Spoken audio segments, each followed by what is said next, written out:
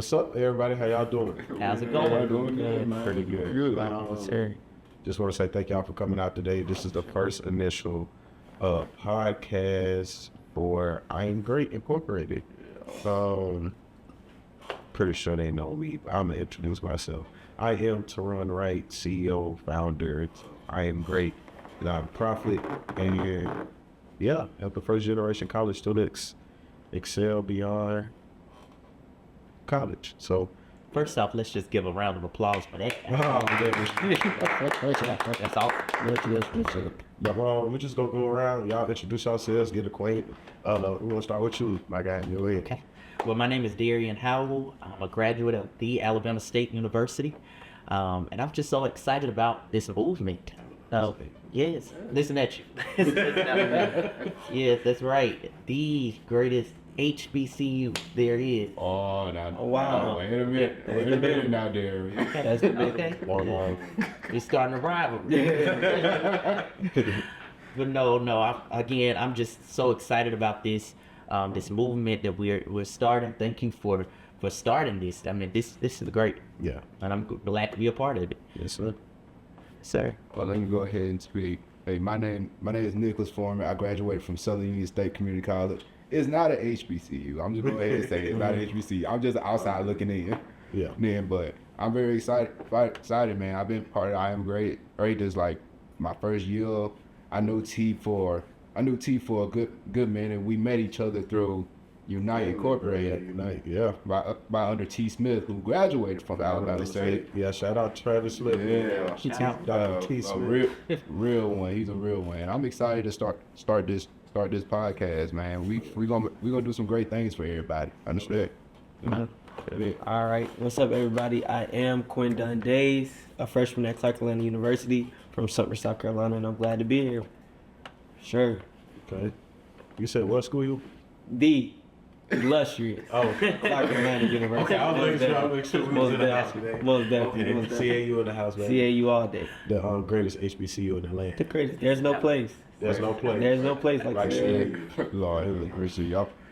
See, I thought we were gonna be peaceful. Y'all finna start. We're being peaceful. We're being peaceful. Peacefully Panthers. Yes. You know. Peaceful. Yeah. But, as always, my goal is to tend towards first generation college students. And I know off the top of my head for sure, Q, you're one. Darian, you're one. And Nick, remind me, I think you are as well. Yes. Yeah, so all of us are first generation. I'll be graduated next year. Y'all two have graduated, and we have the newest of the journey. So I just want to get your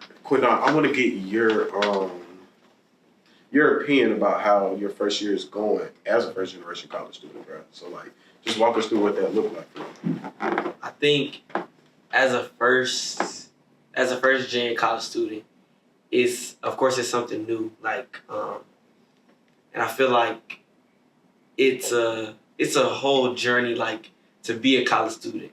But if you don't really have someone that, and of course there's people maybe in my that have gone to college, but your parents, that's home team. So being raised in a household where people are your parents telling you to go to college, but they haven't been to college, so they can't really tell you much, or just what to do when you get your degree or while you're in college. The stuff that college offers you, they don't really have that experience, so you can't really get that from your household. So I feel like as a first generation college student, we learn a lot of things about college on our own. Right. And it's definitely a whole new environment, and you just gotta find your way. To be honest, it's hard days, it's good days, but at the end of the day, you have to put yourself on that journey. You have to figure out who I am and who am I because I am a first generation college student. Okay, Most definitely. that's great, bro. Yeah. I think for me, it's different. I don't know if you're the oldest, but I know about your older brother. I got yeah. brother. Yeah. But for me, I'm the oldest, bro. So majority of the times, I'm the oldest brother, oldest cousin. So It has definitely changed now for me because I know I'm the first one to actually do this and get this far. My dad, of course, he went to Tuskegee, didn't graduate, he went for 2 years. You know, the only thing my dad even blatantly remembers from the 2000s, you know what I'm saying? The 2000s like 20 years ago, bro, like 23 years ago. So he only remembers just telling me, take over 12 credits to stay full time. Like, that's the only thing he could remember. Wow. But other than that, bro, like figuring out and navigating simple stuff like registering for classes, getting involved on campus, I didn't know what that looked like. So I just feel like that role of leadership came from just at home first. So being able to step out there and just be like, okay, somebody got to do it. Right. So just being that first person. So Darian, question for you, man. You graduated from, remind me again. The Alabama State Okay, all right, University. yeah. That's right. Forgot the name. No. But nah, man, tell me about your journey, and then, of course, you graduated. So tell me about the start, and then the matriculation, and then the end, bro. So, yeah. Yes, so Alabama State University, I had a great experience when I went to Alabama State University. With me being a first generation college student, it's different because I wouldn't say the weight is on your shoulder, but it's not. The reason why I say that is because you're the first to do it. Of course. You're the first to actually go and do it. So it's only one or two things that you can do. You can do it or you can't. And so I just encourage anybody out there who's watching to do it. You know, it's a lot of the times definitely when you're in high school, a lot of teachers and stuff, they say, well, you know, being in high school is different than college. To a certain extent. Yeah, most definitely. And the reason why I say that is because when you are doing it, basically, you still have to stay on top of things, right? Yeah. But the difference is nobody's not over you. They're not standing, your parents are not there to tell you, hey, that you need to go and do this.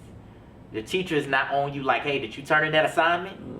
You know, everything falls on you. So that's the independence that I learned being in college. So that's the difference. But going back to being a first year college student, a first generation college student, one thing about it was my parents, they get a chance to live through me, right? A lot of the times our family members, grandparents, but back then when our grandparents were growing up, they didn't get a chance at all to even think about college. Right. Everything was work. You know, everything was work. So with that being said, to be standing here and being a first generation college student, we're all breaking barriers. Yeah. So, you know, we just have to, you know, just stay encouraged. I tell anybody, stay encouraged and just get it done. Put in the work. Yeah. I feel like that's what I Am Great is about, though, bro. Right. You know, breaking barriers and building futures. It's on our website. So that's one of the, like, quick little tidbits I give somebody about the business. Like, Right. bro, that's what we are trying to do, and that's what we're going to do. Right. So, yeah, but just to piggyback off what you said, bro, grandparents. Like, I'm blessed and fortunate enough to still have both of my great grandmothers. Now, unfortunately, both of my great grandfathers have passed. But to know that I'm literally the first one on either side of my family, mom, dad, to even touch 3 years in college. My dad did too, but I'm the first one to touch 3 years, Dean's List, 4.0 my first year. Pledge of fraternity, played football. I was a student athlete for 2 years, bro. Like, so all that was like, Yeah. you know. Yeah. So get adjust to it, but I feel like, and not even just the down other universities, but specifically coming to an HBCU, that was a good ushering presence for me because I felt like I was home. Yeah. Even though it was nobody over you, you still had, like, even your roommate just to have you accountable, be like, hey, bro, you did that assignment. Like, I may have the same class and be like, bro, you did the assignment, you may forgot. You like, dog, okay, I didn't do it. it's more so you're by yourself, but you're not alone. Yeah. Exactly. You know what I'm saying? And I get that because I do feel like HBCUs. Well, I can just speak from my standpoint, Right. but they are more present. They're there. They're looking out for you. They're making sure that you are on top of things. There are resources out there. Definitely when it comes to a HBCU, from my experience of an HBCU, everybody has different experiences. But yeah, I can say, they're there. They're Yeah. there. I mean, I would say I feel like at HBCUs it's more like personal, and I don't know, because of course I don't go to PWI, so I can't speak about what's going on there. But here it's real, like, because the culture is so rich, so everything, like the relationships that we build, it's always gonna be brother, sister, cousin, auntie, uncle. Like right. it's that's That's us. right. I just feel like it's just embedded in us Right. to have that community at Right. HBCUs for sure. It's that family relationship, Yeah, right? most definitely. Right, Yeah. most I definitely. I definitely see that every HBCU I've ever been to, up to the north to Howard University, all the way to the south of Florida Right. A&M.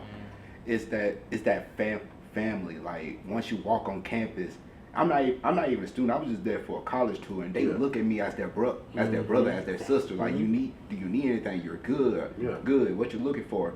That's just amazing to see how an HBCU unite as one.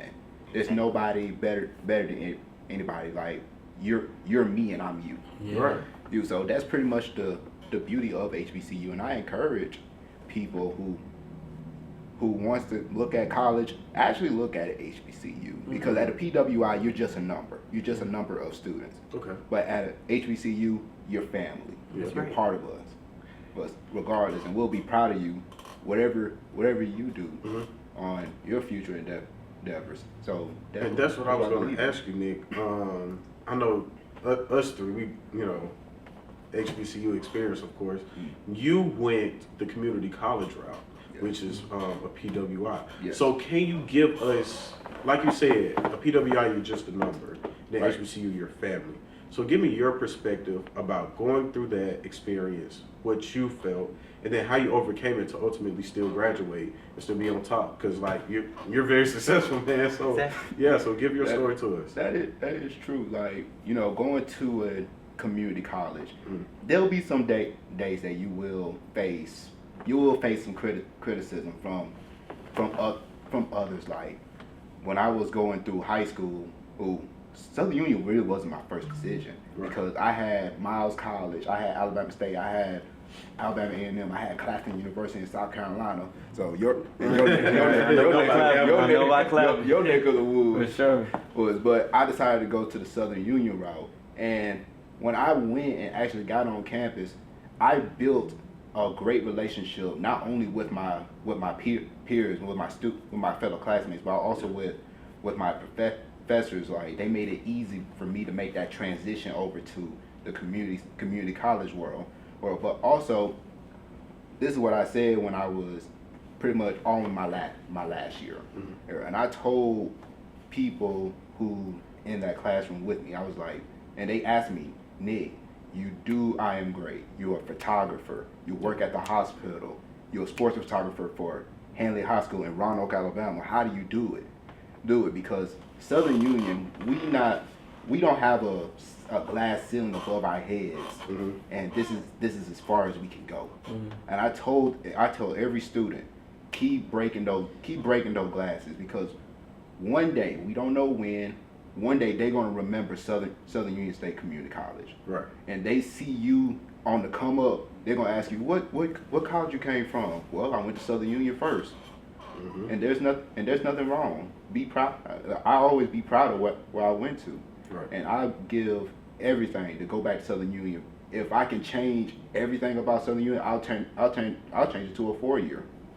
Okay. Because it really made me who I am today. If I didn't go to Southern Union, I don't know what to do, to be honest with you. Yeah, bro, that's a phenomenal answer. I know I try to keep it unbiased as possible. I know a lot of HBCU people, but I'm deeply connected to a lot of HBCU life. Like I said, bro, even though I'm the first one, I have been around people that have been close family friends, graduated from Alabama State, or Alabama A&M, and that's why a lot of people ask me, well, why you go to those two schools? I want to make my own track. If I'm gonna be the first one, might as well, Right. you know, put a different stamp on it. You know what I'm saying? So, yeah, man, that's great. It's definitely a beautiful experience to go through, especially being like the first person to do it. I got 3 other siblings watching me. You know what I'm saying? So it's like, dog, like, even though I'm gonna make mistakes, let's make sure they're good ones. You know what I'm saying? Yes. Right. But you just gotta remember that, like Darren said, when you're the first one, it's weight, but it's really not. Right. Because like at the same time, you gotta trust and believe in yourself Come on. and put your faith in God, and man, you get through Right. anything for real. Because like being first gen, bro, I done seen a lot. You know what I'm saying? So like my first year at Clark, I stayed in Beckwith, of course. So I stayed in Beckwith. I played football. So going through all of that, bro, and you know, I didn't have to register classes till my sophomore year. So I'm looking like, okay, what does this look like? Yeah. So, of course, like I said, I asked my dad about, you know, the credit hours and stuff. Yeah. But as far as like what classes to take, what goes into my major, like all that kind of stuff plays a factor in actually having somebody that went before you, and then now where you're at. So it's a lot of stuff you're figuring out on your own, but I think that's the beauty of it for real. Definitely. Yeah, so we're gonna get into just a few questions, man. Just a few, nothing crazy.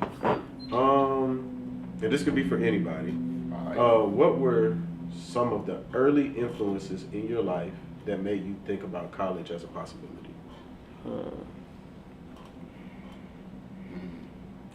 That's a good one, right? That's a good question. That's a good It question. really is a good question. I really got to think Okay. about that. You said early influences Yeah. Like professors or something like that. Anybody like, that made me want to be. go to college, bro. It was for me. It was my parents. Mm-hmm. My parents. They talked to me about how they wished that they would have went. Yeah. You know, but during the time that my parents were coming up, they would always instill in me that, you know, you need an education. And the reason why they were saying that is because they never really, they never got that opportunity. Yeah. They didn't feel like it was that accessible like it is to us. Because times are different. Times have changed from how it was during their generation. So with that being said, that was my motivation. That hey, you know, I gotta stick to this because I know that it's a reason. My parents not telling me this for no reason. It's another side to it. And now that I'm on the other side of it, I see what they mean. A lot of people don't realize like an education does take it takes you a long way, and that's a big controversial thing. And the reason why I say that because I've heard different podcasts. They talk about how do you believe that going to college is better than not going to college? Yeah. Now that's a whole nother topic because when I look at that, without my degree, I wouldn't get into any job. When you really think about it, you have to have a degree in order to get in, just for them to even consider you Facts. in today's world. So it's a benefit to have your degree. It is. It really is. So yeah, they were my motivation, my parents. Okay. Cute. For me, I would say, when I was younger, my uncle, he graduated from South Carolina State University. And then I had a cousin who graduated from Baylor in Texas. So those were probably like the first 2 people like in my life where I went to a college graduation.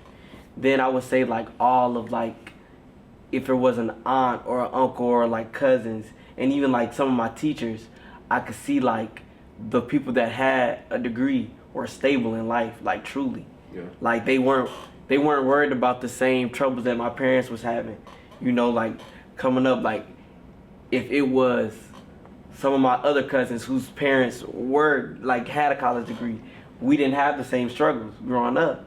Because I mean, it just shows you that with that degree, they were able to secure that stability for themselves and their families. Like, so just seeing that, that's what you want. That's what you want to achieve. Like, that's what the goal is for that little boy who see his uncle crossing the stage like, okay, yeah, one day I'm gonna do that. Like I see how everybody coming with balloons, like it's a big thing. Like high school, everybody doesn't graduate high school, but Yeah. a high school graduation is more common. Like a high school diploma and that graduation, that's some people's finish line. Like Yeah. once I walk across that stage, That's my it. senior year, that's it. That's all I needed. I'm just about to go get me a little job, give me a nice little job at the plant. I pleased my mama. I went to school every day. Like I did what she wanted me to do. But I feel like that next step to college is the decision that you make for yourself. Like, cause you don't sign yourself up for K through 12. But college, you do that application. Right. So you put yourself in position to get a degree. You go after what you want. So I feel like that's the biggest thing. And I feel like you said, like people talk about like, should people go to college? I think that next step into college is character development. Like, high school, you learn a lot. You learn a lot about yourself and coming to age. But once you get to college, you wonder how you need to govern yourself accordingly in the world. Like, because in high school, in grade school, you got your parents, y'all family, everybody. Like you said, you got somebody to direct you. You got somebody to tell you, what's going on. But when you make that next step, like I said, you make that decision on your own to even enroll in a college or a university. So for you to keep going, it's on you. So you have to learn that. And I think that for me, it just was always, I was going to college. I was going to make something of myself. Like, I'm determined to be somebody. Like, truly. Right. I'm determined to be somebody. Yes. Q, you really just answered an entire full question. Yeah. He did. Pretty much me, Darian, and T, we all agree with you, and people who watch and people who listen, you literally just lay the foundation of how it all is. Now, to answer your question, T, pretty much is my parents and my brother. Okay. You know my parents. Chassie. Yeah. Dexter Foreman, Chassie Foreman. Devin Foreman. Foreman's Man, yeah. You can't mess with us. But my parents, my family has been a big motivation to me. To me, it's me because through the adversities that I went through, and Darren, we had this conversation on the way up here, and I told you that people with ADHD with learning disabilities, it's tough. Yep. It is tough, and I will be and I'm speaking from experience of being doubted that I can't do, being told that I can't do, being outcast from my peers. My parents really kept me in that positive state of mind, and my brother is keeping me motivated to keep going, keep pushing, keep on moving forward, because you can get so many no's in life, but it only gonna take one yes, right, for you to actually go forward. It's right forward. It's like when I graduated from Southern Union, graduated high school. Of course, I broke that ceiling. Yep. But it was something telling me to go forward, go after college. So I went to Southern Union. Been to Southern Union for 2.5 years. But I always look at my brother for inspiration. I always talk about it on my social media, like my brother has been probably the best inspiration I ever had, because I know he been through the love, and I seen it, right? And I'm going to make him proud.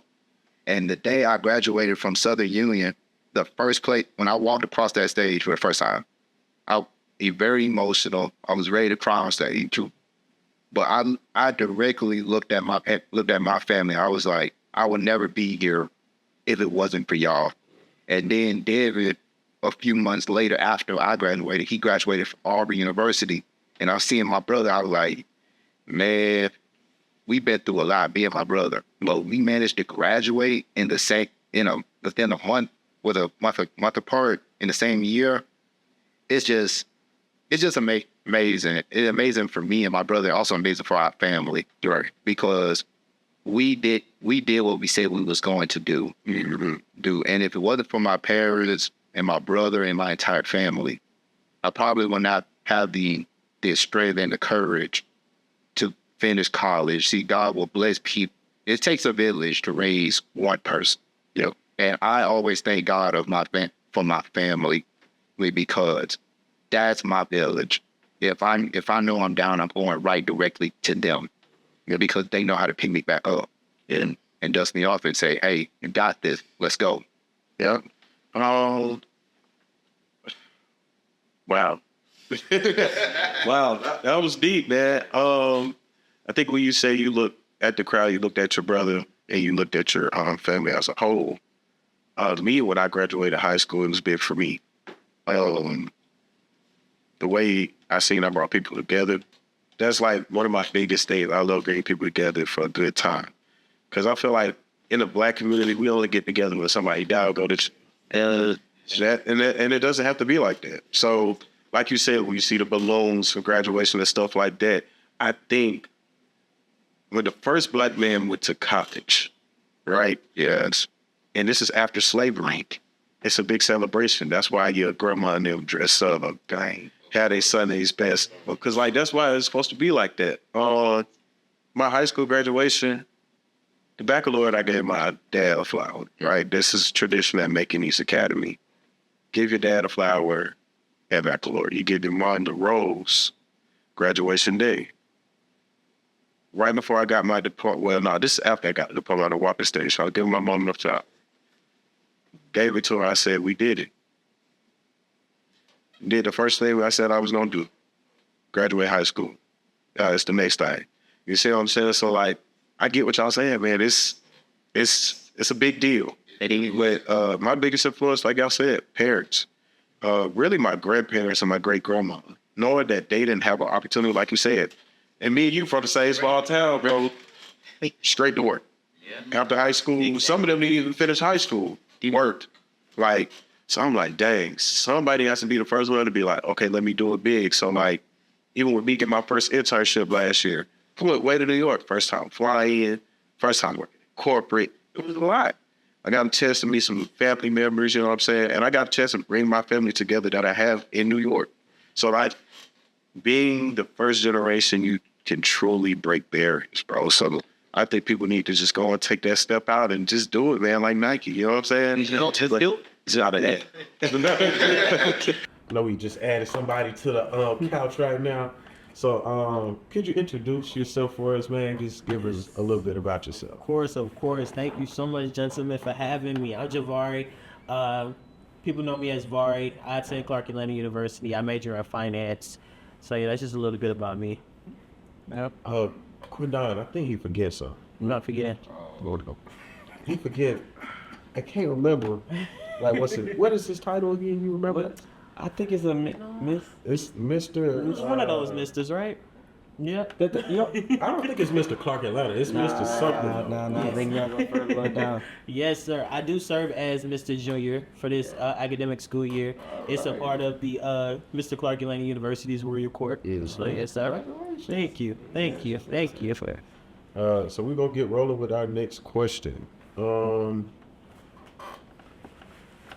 Did you face any resistance or lack of support from family and friends when you decided to go to college? Oh, how did you navigate that? My God. Ooh, I guess since I'm new here, I could start it. Go ahead and break that ice, bro. Man, oh man. Well, I already knew that I wanted to go to college. My entire family, they knew that I wanted to go. And they were, fully supportive verbally, but monetarily, not at all. They knew that I wanted to go to college because I was the only one that ever talked about going to college. And when it came time for me to get to college, it was nothing. It was air, as far as, helping me pay for school, helping me get things from my dorm. Well, not even just, money, just checking up on me as well, making sure that I'm good, making sure that my mental is good. And I'm not going to lie, it hurt for a very long time. It still does hurt sometimes. But what I've had to realize is that sometimes when people don't show up for you, you have to show up for yourself. Right?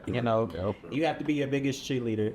And you can't always count on people to feel that support, you know, within you, you have to do it for yourself first, and then whatever is left over, I mean, wherever it comes from others, it's just, you know, in addition to what you have.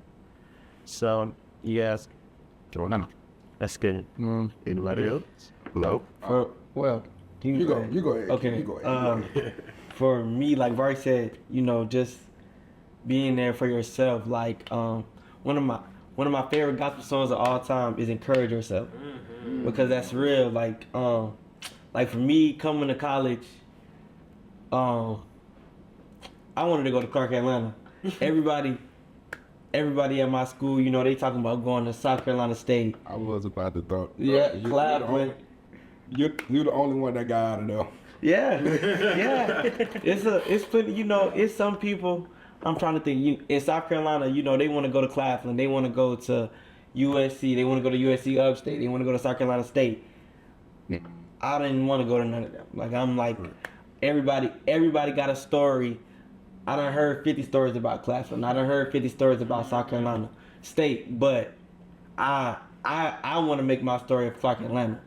And I think, you know, for some, like, you know, like Bart said, like some family, like even, like my mom is my biggest supporter, was with me every visit, every open house, admitted student day, she was there.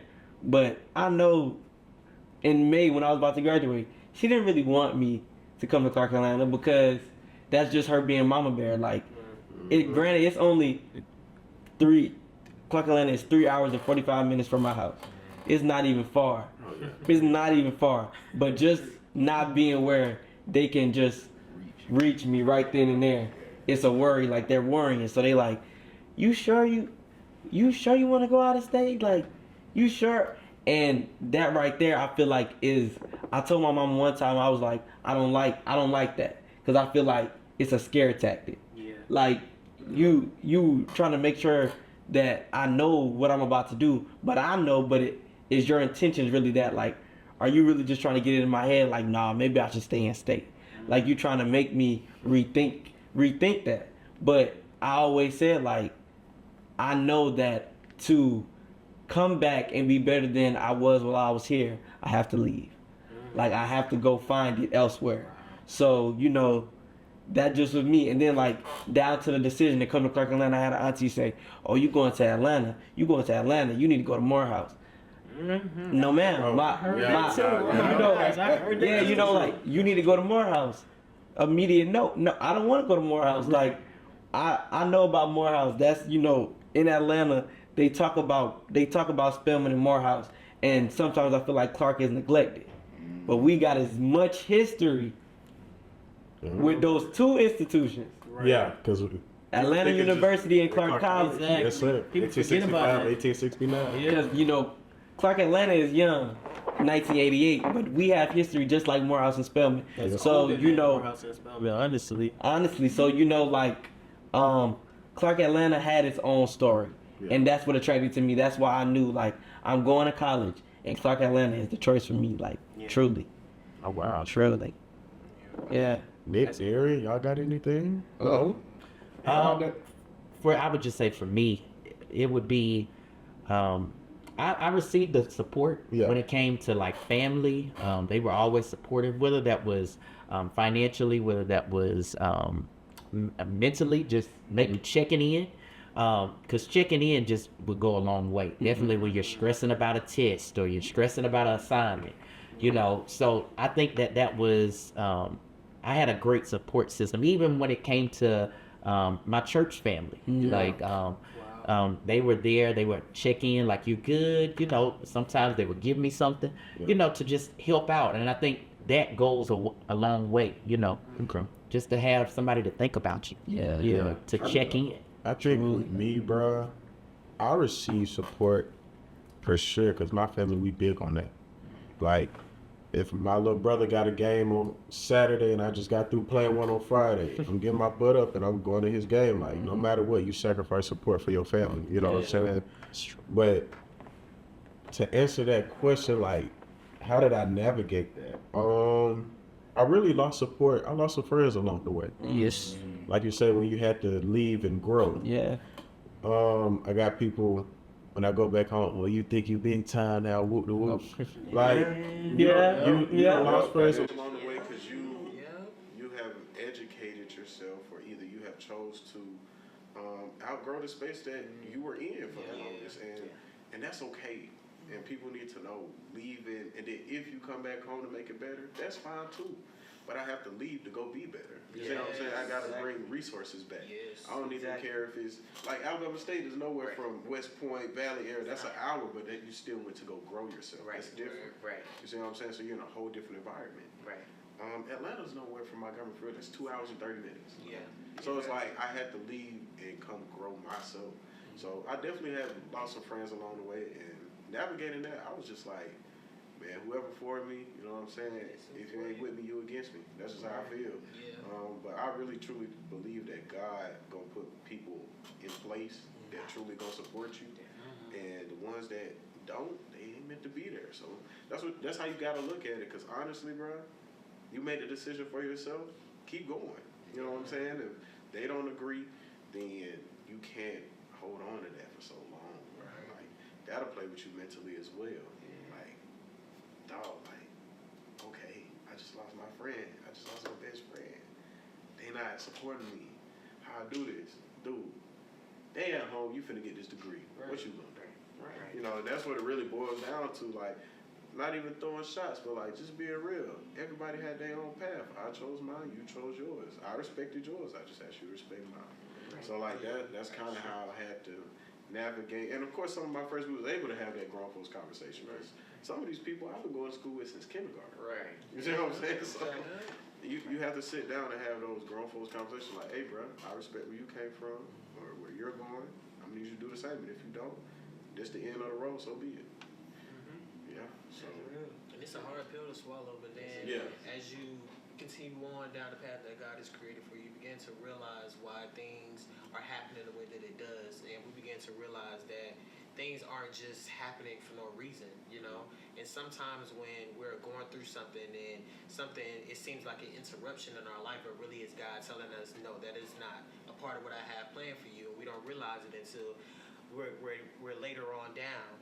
And I've had to realize that even with now, you know, I'm into my junior year now, which means that I've been here for about 2.5, 3 years going on, and things that have happened to me in my junior year of high school, I didn't understand it, but now I'm starting to understand why. You know, I was actually the only one from my high school to leave and actually stay. You know, it's one thing to actually go, but to stay gone, you know what I mean, until you're accomplishing whatever it is that you say you were going to accomplish, it's a whole another level. And I had to, you know, some of those friends that I thought, you know, was going to come with me for the ride, man, I have not heard from them ever since I left, you know. And of course I was sad. Of course I was like, God, like this doesn't make any sense. But now, you know, I'm close to the end now, and I'm beginning to realize, well, you know, and no shade to that person, you know, I look at where they are, you know, they're still stuck, you know, in the same place where I had to leave and grow from. You know, and now I'm starting to understand it now, and it's no hard feelings. It's just, you know, like you said, you have your place and I have mine, and just respect it, you know. But you know, so pretty much like I had full support of my entire family. It's just I lost one friend who was really dear to me. When I'm not talking bad about him because he's a great person. It's just when we got to high school graduation, just everything he went off and did his own thing. And when I try to reach out to him, you know, just to keep him to think that I'm not changing up on him. And I think that we should learn, especially all of us is in our 20s, right? Yeah. We should learn that. You'll get there. What I'm gonna say, you gonna get there. Right. You're almost there. Like we face times that the people that we thought that is our friend, is our best friend, they will show their true colors, regardless of what the situation is. If you want them to, of course, you're gonna be there for them. You're gonna put your energy and effort for them. But here's a question I'm finna ask everybody. If you're doing all of that, is they going to put the energy back to you? So that's really important. That's really going to show this is your true friend. This is someone that God placed in your life and that's going to stay there. Yeah. Because you leave high school, you're leaving your comfort. Because high school is your comfortable area. Like Valley High School, that's your comfort. You know everybody. Right. Look, Lafayette High School, the best school in Chambers County. I really don't care what everybody say. Oh boy, you know. And Macon East. We all. That's our comfort. That's our home. Mm-hmm. That's where we know people. But once you get out into the real world, you get out to college, it's pretty much you're back at square one. You gotta make some friends. You got to. It's a must. And see, that was the thing for me. You know, like you were just saying, you do fall off with a lot of friends. I guess when you are elevating, and I think that's just.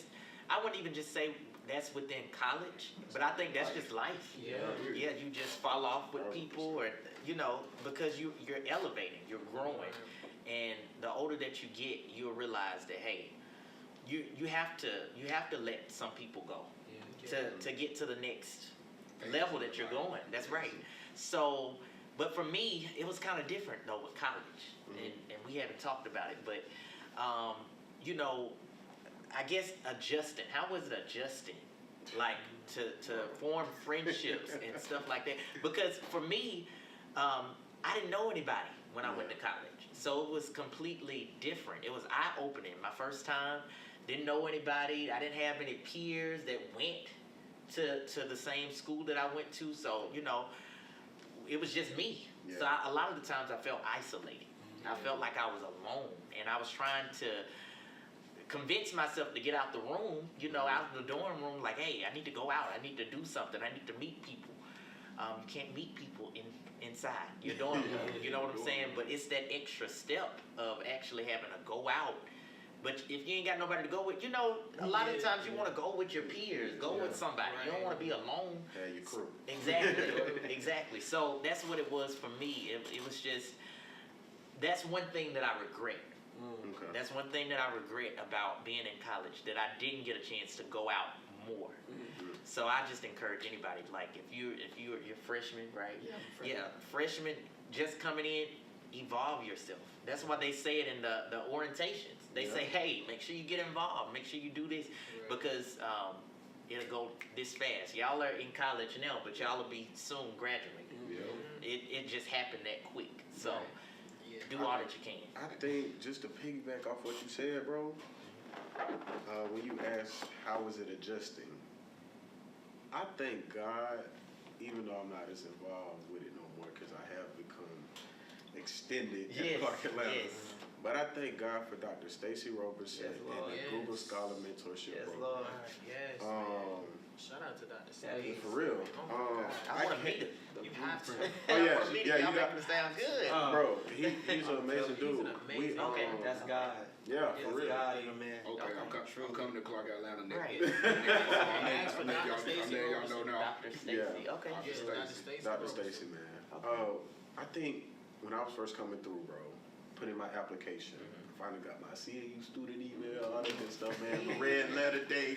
See, they don't know nothing about that. That's that flavor. Everybody else got flavor. I was waiting on it. They ain't never got one. Oh, yeah, never got it. I ain't got one. Okay, I ain't getting it. I got mine to give you. Pretty mine's out. Yeah, I printed mine out too. But no, seriously, after I got that and got my student email, I received an email out of nowhere. Google Scholar Mentorship program. I'm like, man, what is this? I said, man, let me apply. That was me. Like, you talking about, I get a chance to be on Clark Atlanta campus for really a month. Yeah, almost. You get to experience what it's like waking up. We stayed in homes, so I had to use the communal bathroom. Thank God I haven't did that since. He said, I can't wait. Oh my God. But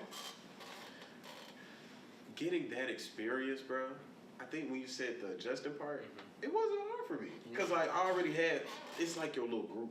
Like that's your clique at first. Like my boy Ken of Salisbury, that's my guy. That's still my brother to the end. Just celebrated his birthday this past week, and actually got my heart, man. His family treated me like that. So like Google Scholar provided me these people that turned into family. And I'm like, dog, like this my crew. Like Cam Foreman, me and him came in together, went through everything, bro. Turned out, end up being my line brother too. Like, you know, full circle moment. Right. And me and him both doing things. He's an ambassador. I'm doing things at SLE. So me and him are like, you know, we've grown, and I'm very grateful for Google Scholar. You know, who else I could think of? Mike Sims, man, shout out to him. He's playing semi-pro baseball now. Wow. You know, so being able to have these connections, you build those connections at first, and then you come in the freshman year, you're like, oh, no, yeah, I know T, or I know Mike, or I know Cam, I know Ken, I know Kai. You know what I'm saying? Like, you're naming these people, and you're like, okay, yeah, this my crew. I can introduce them to people I meet. And then next thing you know, you grow your network. That's true. So, like, yeah, I know Quindon can speak on it. You cohort 3, right? Right, the Yeah. best. So y'all not the best. 3, y'all. Somebody gotta lay the foundation. But nah, but seriously, like Quindon can speak on it too. Like Google Scholar was a big help in taking that step and just okay, let me get up out there. So I mean, you it can speak truly, on that, bro. it truly was like for me, that first off, like coming into Clark Atlanta, like you said, like you know, you going to college and you don't know anybody now. That first, I was lucky enough to be in the Google Scholar program, meeting Dr. Robertson, and you know, just coming to campus over the summer. So getting there, moving in, I'm seeing people like, I'm a little nervous. I'm like, God, like, how is this about to happen? How, like, who am I about to connect with? What relationships I'm about to formulate? Like, all of these thoughts just racing in my head. That's just day one. After the icebreaker that night, I'm telling you, from there it's just like, It was jumping, baby. it's man, like, it's just, and like I said earlier, it's just the culture, like, we get each other. Like, we really and genuinely get each other and we connect with one another. So I think that just like us coming together early, adjusting to college was nothing. Because I'm coming in with, my cohort is bigger.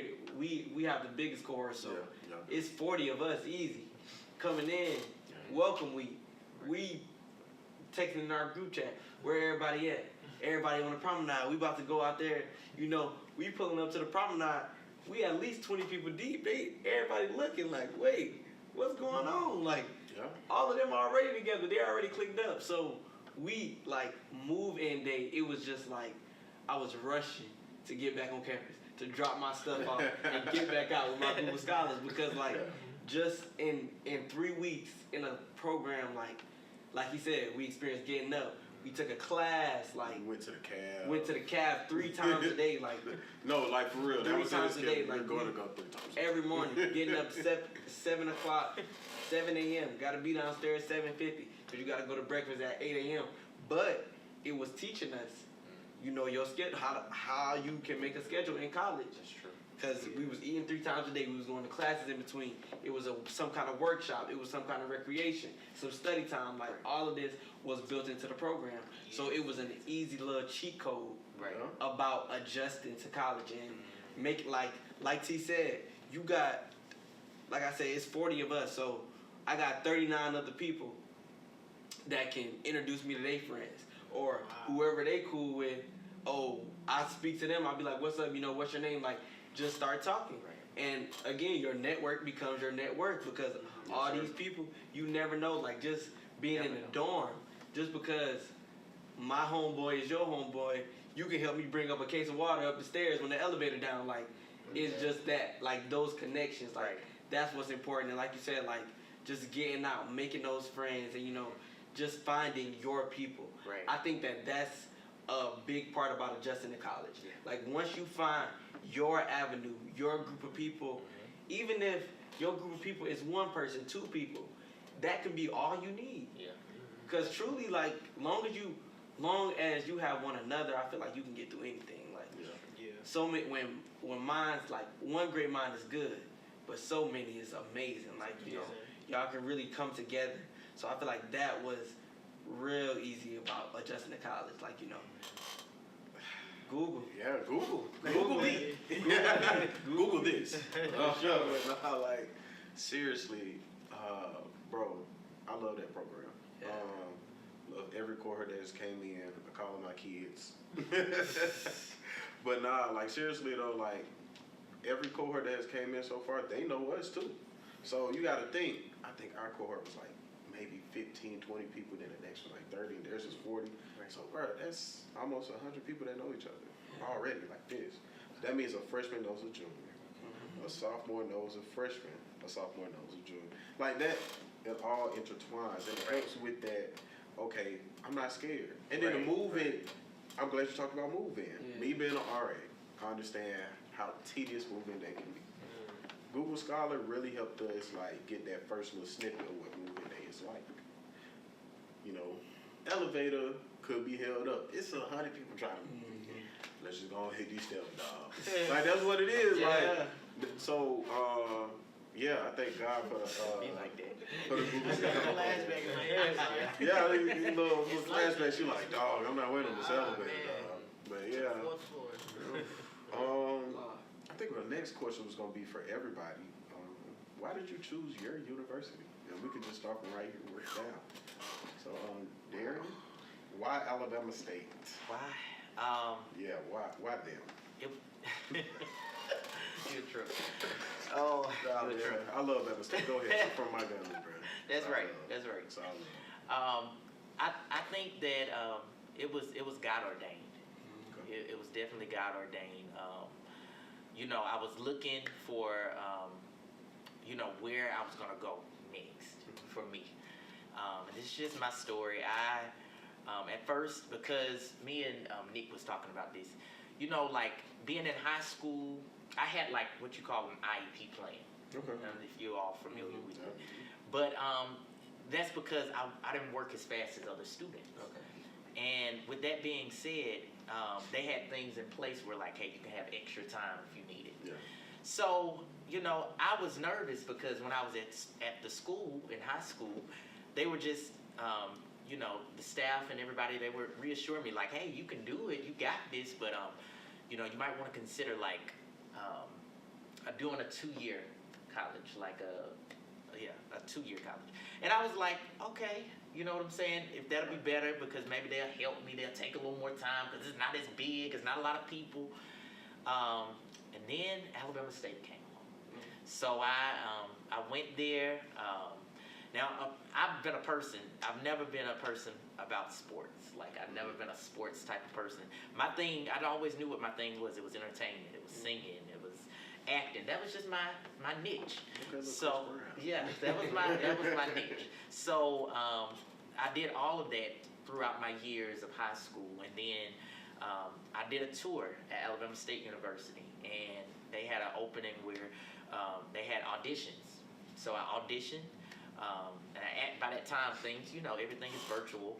I sent in a tape, and they loved it. So they got back with me, and they were like, they wanted to offer me a scholarship. And so, in a sense, it chose me. It was ordained. Yeah. There was no running from it. It was God. Okay. Yeah, it was definitely God. So. Mr. Junior, why have did you to choose Clark Atlanta University? Well, just like your story, it was God ordained for sure. I had one school in mind entering the end of my high school matriculation. It was Florida Agricultural and Mechanical University. Every school, Talk about them. I wanted to be a rattler ever since the 8th grade. And I feel like I had done everything that I needed to do to lead up to that moment. But then when it came down to submitting my application in November, when I got my decision letter back and it said that I was denied, I was torn. I didn't want to go to college at all. I cried for 2 weeks. I'm going to be completely transparent. I cried for 2 weeks because you feel like, you know that feeling that you get when you feel like you worked so hard at something and it just did not go. It didn't go your way. It didn't go. And I had made the decision to stay home and go to the local community college, which was Valencia College. It's in Orlando. And I was going to do a bridge program over to FAMU. That way I couldn't get denied no more. So I made that decision. I had already laid out my life for it. And then March came, and I got an email from Clark Atlanta that said that my application was approved. To be honest, y'all, I don't remember applying for this university whatsoever. Did you do Black College out? It had to have been like a comment app or something like that because Black comment app. I went to a predominantly white high school, so we didn't really know anything about that. So it was just comment app, and that was just what our guidance counselor told us to apply. So when it said I got approved, it was like 6 o'clock in the morning. I was getting ready for school, and I was like, "Mom, I got accepted to Clark Atlanta University." She was like, "What? Like Clark Atlanta?" And I'm like, "Well, yeah." Like I didn't think too much of it. Because I already told her like I'm going to community college and I'm going to FAMU afterwards. And she said, "No, you're going. Like this is big." Not knowing that my mom, she wanted to go to Spelman, but life happened. Life happened, and unfortunately, she wasn't able to go to Spelman. So fast forward to I paid my confirmation fee at $250. I'm not sure how much it is now, but at $250. $250 to hit. Yes. Yeah. The housing. That's housing. Oh yeah. Yeah, the 275 is It was $575. Yeah, there you go. No, you right. It was $475 because Morehouse tried to get me talking about $570. But I ain't gonna talk about them. But yeah, go ahead. Bro. Yeah, it was some money. It was some money. So then, fast forward, I graduate from high school, telling everybody that I committed to Clark Atlanta. Everybody's just so ecstatic in my high school. Then June comes. It's the first NSO. I get on this campus, first time I'm ever on a HBCU campus, and then here come these people called the OGs. They come approaching me, and they're like, "Welcome, family, welcome." And it was like something I had never seen before in my life. It was my people all together, and they were happy. I grew up in a community where you really don't see that as often. You see people fighting against each other, or racing, always racing. Is never a sense of togetherness, never. So when I came to this campus, my God, I was like, oh yes, I see why my mom said yes. And now I'm saying yes, officially. Even after I already done said yes on paper, I'm saying it like, yes, this is what I'm going to do. So the moment where I left NSO, I said, I don't care what I have to do, but I'm going to this school. And when I go, I'm going to stay. And when I stay, I'm not going to leave until I graduate. And it's been like that ever since. Going back to where you all were talking about, your people. I found my people, my roommate. My roommate got switched at the last minute, and I was like, man, I already got a chance to get to know him through the little housing portal. Oh yeah. Like now I'm switched. That's but, legendary. It's legendary. The housing portal. We texting back and forth. And I was like, oh man, like, am I going to have people now? Because my people, I feel like I had already found my person, but like, am I really going to find somebody? But then I ended up meeting my roommate. His name is Andrew. He's my good friend to this day. We're actually going out right after this. He's my good friend to this very day, and he knew people. And I ended up getting connected with them. And then my sweet mate, Blake, we ended up, getting together. Shout out to Blake, man, certified street man. He ended up knowing people. And so those people ended up coming to, and that was just my story as far as, getting to, finding my people and getting to this space where I'm, never been before, but it's wonderful. Like that feeling, that HBCU feeling, that college feeling, you can't break that, man. You can't get that from nowhere else. And I'm grateful to God that He's allowed me to make it to Clark Atlanta and make it this far. And He shows me every single day I wake up and I walk that promenade to go to class, and I'm going to finish. And my legacy is going to be strong. Yeah. And just, man, before you go, Nick, I'm glad you said something about the promenade. So I know Clark is kind of facing these things about us graduating elsewhere. Bro, what you just said, that's a testament to it. Every day I walk that promenade coming from Beckwith, Broadley, and now Sweets, I'm like, yo, I'ma finish. Mm-hmm. I think people forget how powerful the promenade is. The promenade used to be like lit for real too, like freshman car year? shows, and we used to party on the promenade too. But really, when you're walking, and you probably had one of those days. Yeah. And you walk into class, you're like, you know what? I got up today. I'm going to class, and I'm gonna finish. That's why I say we gotta continue to have it at Clark, because walking that promenade one last time, that's something that can't be replicated. You know what I'm saying? That's that rich culture we talk about. So, yeah, man, I just wanted to add in that, man. That was great. But Nick, why did you choose your college, man? Pretty much, it was God. It was God playing in disguise. how I look at it, especially my time as a senior year in high school. But in the beginning when we started this, I had a lot of options to go to. I had Miles College, Alabama State, Alabama A&M, and Claflin University. Now, my initial thought was saying that I want to go to Miles College because because I'd never been accepted for something, but getting accepted into college, that was big to me, and Miles College gave me that opportunity. And so I was like saying it to myself, and I'm saying it to my classmates, the people who I was rolling with. I'm going to Miles College. I'm going to Miles College. This is where I want to go. But something was my mother, and I love my mom so dearly because she always looked out for me. She's told me, Nick, whatever you want to do, you know, me and your daddy, we got you. We got your back. If you want to go to Miles College, we'll let you go. But I want you to look at Southern Union for one quick second. I said, okay, cool. So I went to a summer program. You know, we did a lot of workshops, you know, hands-on deal. I'm a hands-on type of person. In order for me to learn something new, I have to touch it. I have to. So doing that for a whole summer, getting to know people, it was amazing. I still talk to them to this day. But what really won me over when I actually got on campus was the friendship that I made that is unbreakable. I met 10 people at a pool table, and no, y'all, we wasn't gambling. So let me go ahead and say we wasn't gambling. We was just getting to know each other.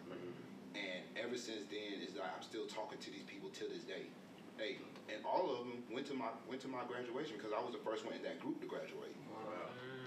And I looked, and it was just amazing that them all coming to me in front of my family and said, Nick, congratulations. They was giving me good text messages. I was like, man, y'all have no idea. Y'all mean so much to me. So Southern Union is just like kind of like an HBCU. We're a family. Like, we don't care who you are, where you're from. You can be from out of state. You can be out of country. Yeah. We going to look at you as one of us, and we'll go against the world if we have to. So that's the mindset we have, and I'm still talking to him to this day. I'm probably gonna hang out with him next Saturday. It depends on how work goes. Yeah. But that's why I choose Southern Union, is because that school helped me so much, from my friends to my professors to the president, who I have a very good close relationship with. Now everybody will talk to that president. It's just like a hey, and that's it. But the president of Southern Union State Community College, he literally will sit down with me and my group, and he will talk to us. He will ask us how our day's going, how's life going outside of school. Is there something there's something that we need from him to help us out? Because I remember when I told him I do sports photography, he was like, for real? I was like, yes sir, I do. He literally went to the athletic director of Southern Union and said, hey, I got this student, let him take pictures at homecoming, and that's it. And I didn't have to do much. He said, go down to the court. I got you. So he is one of those presidents. You tell him what you want to do, and he will go to the end of the world to make sure that you do what you do. Yeah. And he told me this. He was like, Nick, when you graduate, don't wait for an opportunity. And yes, God's timing. Like, God's timing is important. Very. Yes. But if you know you can do it, don't take no for an answer. You better go do it. Yeah. And it was just, and that's a motto I just gonna keep with me, because I ain't gonna take no for an answer. If I say I'm gonna do it, I'm gonna do it. If I say I want to be on that football field and do what I do best, I'm gonna get on the football field. I might get in trouble, but hey, it is what it is. Yeah. It is. Q. Why Clark Atlanta, man? Why Clark Atlanta University? Clark Atlanta. Why not Clark Atlanta? Why not? That's a better question. That's an even better question. Why not? You know. But for me, well, when I was young, I would say probably about third grade-ish, I wanted to go to Howard. And I wanted to go to Howard because I knew about Howard, and I knew it was like, this is, they talk about HBCUs. This is Howard. Like, this is the Ivy League HBCU. Like, they talk about it. And right, That's the phrase. right. But then as I started, just learning about college and just like schools in general, I came across a different world. So that just like that was young. Like I'm in elementary school, and I just like see a different world. So I'm like watching this show, and I'm just like, wow, like this is what HBCU is. Okay, I definitely have to go. Like I have to go. Mm-hmm. Then I'm gonna say about maybe like a couple years later when I got in middle school, they was talking about Howard dorms. And I was like, oh no, we can't do that. Yeah. We can't do that. It was going crazy. That was when it just went crazy. I was like, yeah, we can't do that. So I remember being in 7th grade, and my uncle lived in Atlanta at the time, and I remember seeing just like seeing shows in Atlanta, like The Rap Game, and just like T.I. and Tiny, like just seeing them living in Atlanta, just seeing the black people, like this is where they're thriving. Like, this is it. Yeah. So I'm like, okay, Atlanta. So I was literally in school one day in 7th grade, and I Googled colleges in Atlanta, HBCUs in Atlanta. Yeah. And of course, it was Morehouse Spelman, and it was Clark Atlanta University. So I'm like, okay, Clark Atlanta. Yeah. So mind you, I saw I think I read the bio on Google, and I said, oh, this is HBCU. It's in Atlanta. This is where I'm going. Like I just made the decision. I just made the decision right then and there. So then when I got in high school, that's when the research really came. Found out, great business school. Okay, I want to be a business major. The best business school. B school. Shout out to B school. B The school best doing school. the best school. Best school in Atlanta. So yeah, I'm seeing it. So I'm like, okay, it aligns with my major. And then I'm like, seeing all these other HBCU dates, and I see Clark Atlanta says 1988. I'm like, hold on. That's younger than my mama. Like, no, for real. Like, that's like 88. Like, okay. So then I remember my first, because in 10th grade, I came to a college tour in Atlanta, but it was right after COVID. Yeah. So everything was pretty much closed. So we couldn't see, we couldn't really tour the campuses. So I remember seeing, when we were walking around the West End, actually, it's crazy. And we passed Morehouse Gate, and I remember seeing Clark, and we couldn't go on the campus, but I just saw the grass. And I was like, oh yeah, that's it. That just looks like that just looks like my university. And then when I came my senior year for open house, admitted students day, all of this, I'm like, whew. Yeah. Like this is Atlanta, this is really HBCU. Like Barry said, the OGs, they're stepping, going early in the morning. It's 7 o'clock, and it's a check going on. And you hold on, this what we doing? Yeah. And you just see people there actually love their HBCU, and that's real. It really feels like home.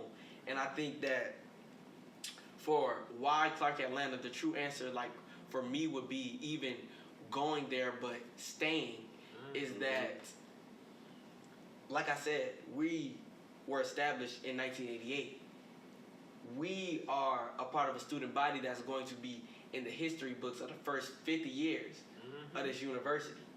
And it's first 50, first 40, we here right now. So first 40. It's just we are a part of history right now, of this HBCU. And I feel as Panthers, we put ourselves in positions to be the next movers and shakers, the next leaders, the next doctors, the next lawyers. Truly, find a way or make one is real. Find a way or make one. And I feel that's been my journey at Clark Atlanta, because even after all that open house and admitted students day, when my NSO came and I had to meet with financial aid, and they tell me that I have to pay $5,000 today. Man, I'm like, man. I'm looking at my mama hey, you heard that? You have that? Take care of that. And literally, I'm in the Google Scholar program, and at the time of my NSO, And I was literally sitting outside on that same promenade that he's talking about. And I'm just like, I'm looking up to God. I'm just like, is this about to happen for me? Like, because if they need this money today and I don't have $5,000 in my pocket, is my spot gone? Like, I got accepted, it's confirmed, but is it about to happen? But you know what? One of my Google scholars came past me and they were like, what's wrong? And I'm like, I'm trying to figure it out.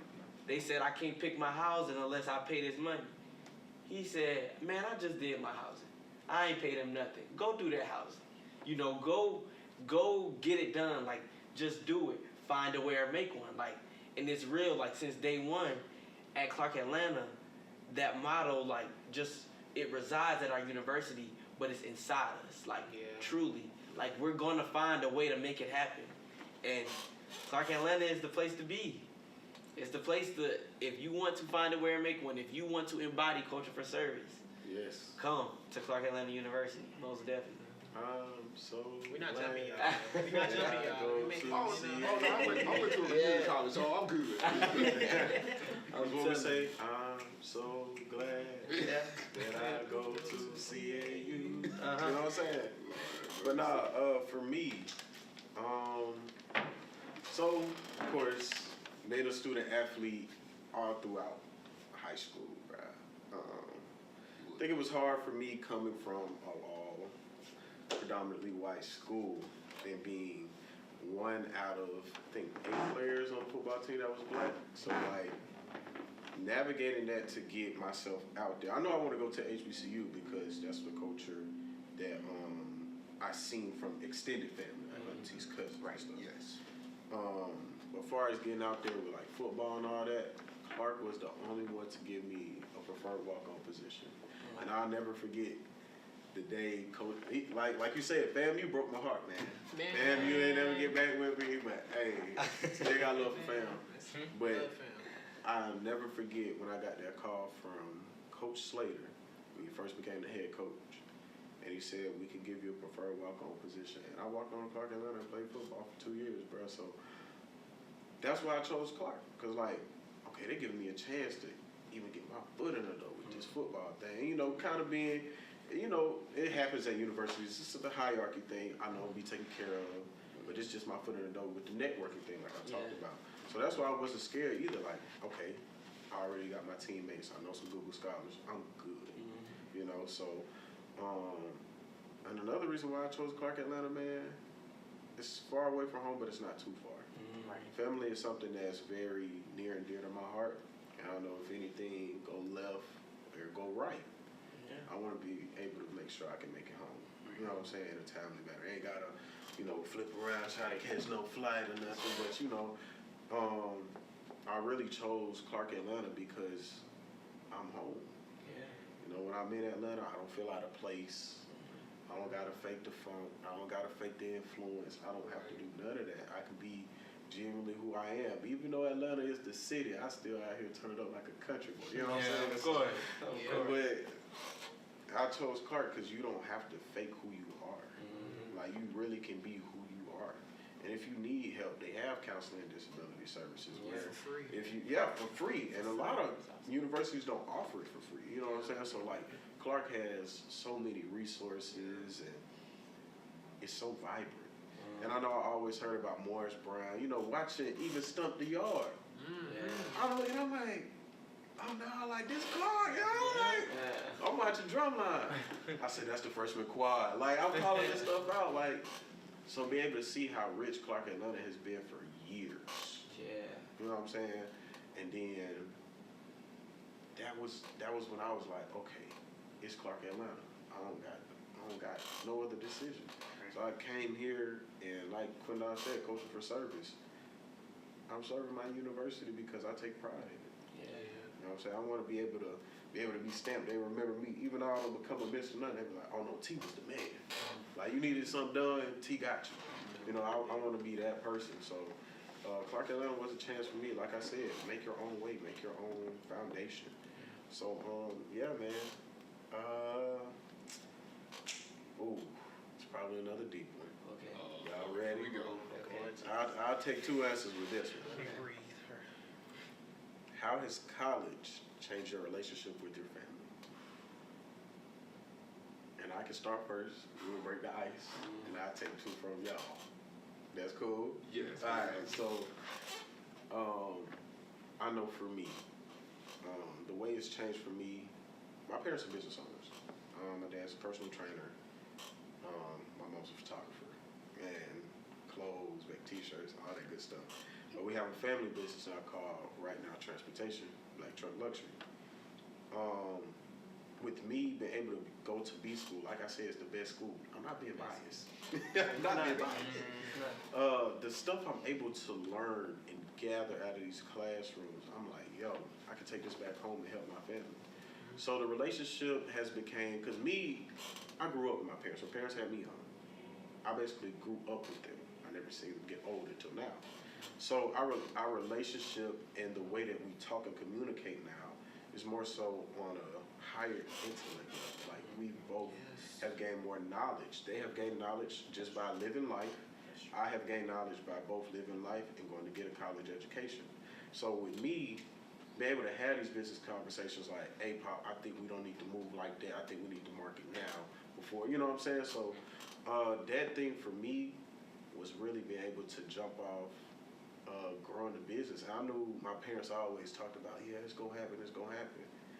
And I always feel like I'm the one that's going to make it happen because those little small little tidbits they might not know, like ones that college dish out, and I bring it back. Because generally, that's what you're supposed to do. You're supposed to, whatever you get, you're supposed to bring it back to your community. You're supposed to bring it back to home. You know what I'm saying? That's the whole purpose in your harvest. You got to put the seed in the ground. You got to water it, and you got to nourish it, and it'll grow. So that was my thing. That's how my relationship has changed with them. Because even though it's always been on a playful level, now it's on a more, they ask me questions now. I've never been like that. Like, I've always been, Mom and Dad, what I should do. But now they're asking me questions on how to navigate stuff. So I feel like that's how my relationship has changed. I feel like it's changed for the better. I don't think it's gotten worse. I think probably just the communication thing. I know I get caught up in so many other things. Growing up on campus, I forget to call home. I'll be 100% honest. Yeah. So like Darius said, that check-in means everything because I probably don't forgot. I'm over here caught up in these assignments. Y'all call me. And I see my little baby brother on the phone, turn around, you know, so it kind of like, it makes my day. So that's kind of how my relationship has changed. But I could take the floor with the question, well, the answer for this question, right? I can start us off. College, me attending college, it healed us in a lot of ways. It healed us in a lot of ways. Like I said, when we first started, my relationship with my family, it was rough. It was very rough. And I really didn't notice how rough it was until after I left. And when I got to college, well, backing up a little bit, my relationship with my dad didn't really have one. Yeah. So when I came to college, it was like, okay, well, I know who I have my mom. But even growing up in the same house with my mom, you know, I had to realize, and now I realize this now, is that me and my mom, we grew up together. You know, she had us very young, and a lot of the stuff that was going on, you know, we had to, we was learning it together. We was learning the yes and no's together.